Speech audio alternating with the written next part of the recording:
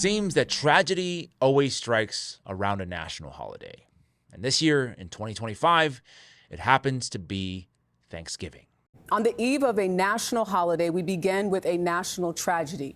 2 members of the West Virginia National Guard on crime-fighting duty in Washington, D.C. were shot and critically wounded today. An Afghan national named Rahmanullah Lakanwal has been identified as the suspected shooter in the ambush attack that killed 1 National Guard member and wounded another just blocks away from the White House on Wednesday, says the Department of Homeland Security. According to Jeff Carroll, the executive assistant chief of the D.C. Metro Police Department, the suspect was subdued at the scene of the shooting and taken into custody by National Guard members and law enforcement officers. Interestingly, Carroll said the suspect appeared to be a, quote, lone gunman that raised the firearm and ambushed these members of the National Guard as they patrolled near a mass transit station in downtown D.C. A horrific incident, in my opinion, whichever way you look at it, regardless of your politics, but there are some very interesting and peculiar things the mainstream media doesn't want us talking about.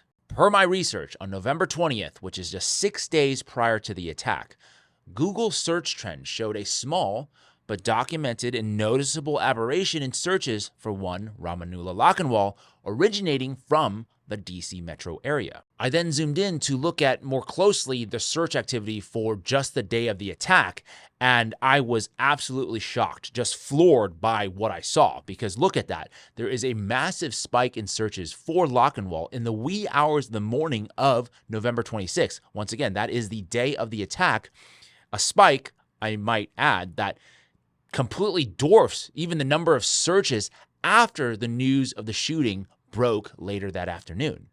Here is a screen recording that I took just to make sure the evidence is preserved, which, by the way, has already been wiped by Google. Of course, the question still remains, why would there have been people searching for this guy's name a week prior to the attack and then another massive spike in the early morning hours the day of the attack? That strikes me as very strange. Another very strange data point, 4 days prior, someone, probably multiple, most likely, in the state of Israel was searching for the name Sarah Beckstrom, the National Guard soldier who tragically lost her life during the November 26th attack in D.C. What is that all about? Well, it has since been uncovered that the alleged shooter, Rahmanullah Lakanwal, was, in fact, a former CIA contractor in Afghanistan. Authorities confirming the alleged attacker, 29-year-old Rahmanullah Lakanwal, drove across the country from his home in Washington state to carry out the shooting.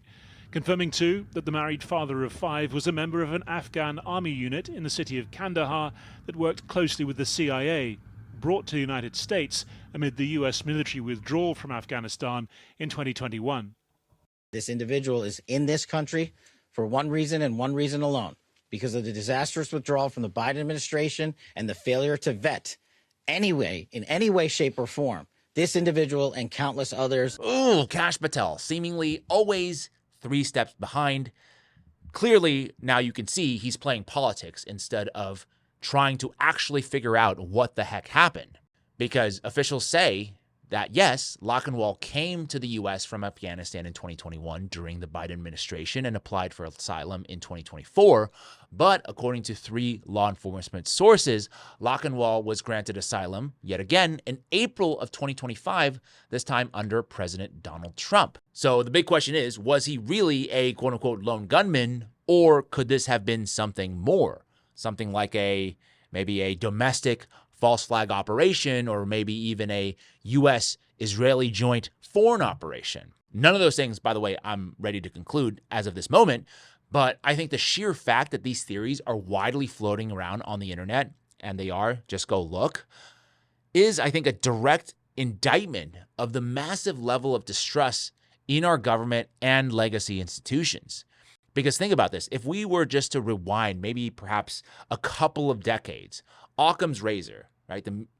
The idea that the simplest explanation for a phenomenon is usually the correct one for this situation would be, hey, this guy has seen some really horrible and violent things in his lifetime. As his childhood friend has told the media, right? He was, quote unquote, disturbed by the casualties his unit had caused in Afghanistan, and thus probably maybe struggling with a host of mental health issues. And for whatever reason, it bubbled up and manifested itself in this kind of violent decision that he decided to take against members of the U.S. National Guard. That explanation seems kind of reasonable. But in 2025, that explanation is no longer Occam's razor. Because earlier this month, The Blaze published a bombshell investigative report alleging that a Capitol police officer was possibly involved in the planting of pipe bombs on January 6th. The FBI, led by Kash Patel, has, of course, poo-pooed this claim, but Representative Thomas Massie of Kentucky claims a whistleblower has alleged that an FBI cover-up could be at play here, and he directly called out Kash Patel in this recent tweet. Let's talk about Thomas Crooks, the young man who tried to assassinate Donald Trump last year. Another potential cover-up, as we have just learned. In this case, a claim that he was possibly recruited by a mysterious figure named Willie Tepes, who allegedly started pressuring Crooks to commit violence. We also know of past cases of entrapment where our three-letter agencies would literally go and radicalize Muslims living in America to do violent acts against America. So at this point, I don't think we can simply just trust the authorities unless, of course, they provide strong, irrefutable evidence to back up any of the claims they are making. But even putting aside this sort of controversial idea that this could be some kind of CIA deep state false flag operation, that the shooting was somehow staged or manipulated in order to manufacture a crisis, even discounting that, perhaps the most important question that I think we have to ask right now is, who benefits? Randy Fine, one of the most rabid pro-Zionist members of Congress, has already used this incident to justify anti-Muslim hate, okay? He's writing that he was an illegal immigrant Muslim terrorist, just attacked the National Guard. The time for soft words is over. We, of course, know that he was not actually illegal, but granted asylum by both the Biden and Trump administrations. And just going to put this out there, might there be a country in the Middle East that Randy loves a lot who might benefit from increased negative opinions of Muslims and or Muslim nations amongst Americans? Just asking the question. And speaking of Trump, we know of his desire to beef up domestic military presence. Cities that are troubled.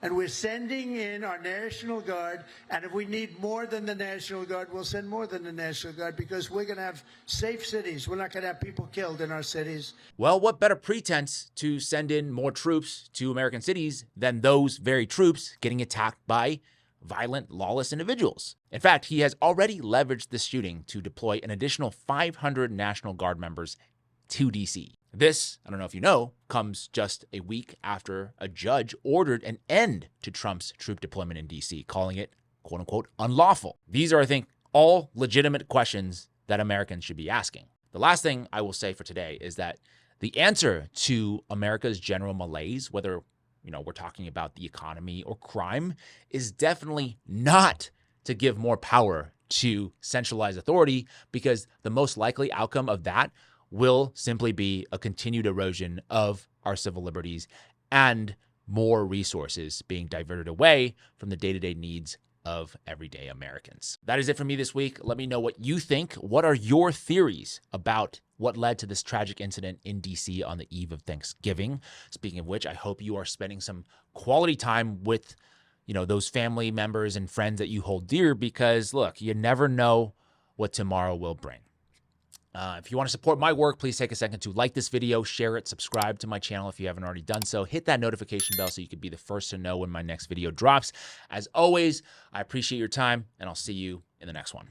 We create a pretend world. We are a global production company. We write the screenplay. We're the directors. We're the producers. We're the main actors. And the world is our stage. This is Mossad's old office. Its motto from Proverbs 24:6 says in so many words, wage war through deception and trickery, kind of like the CIA's smoke and mirrors.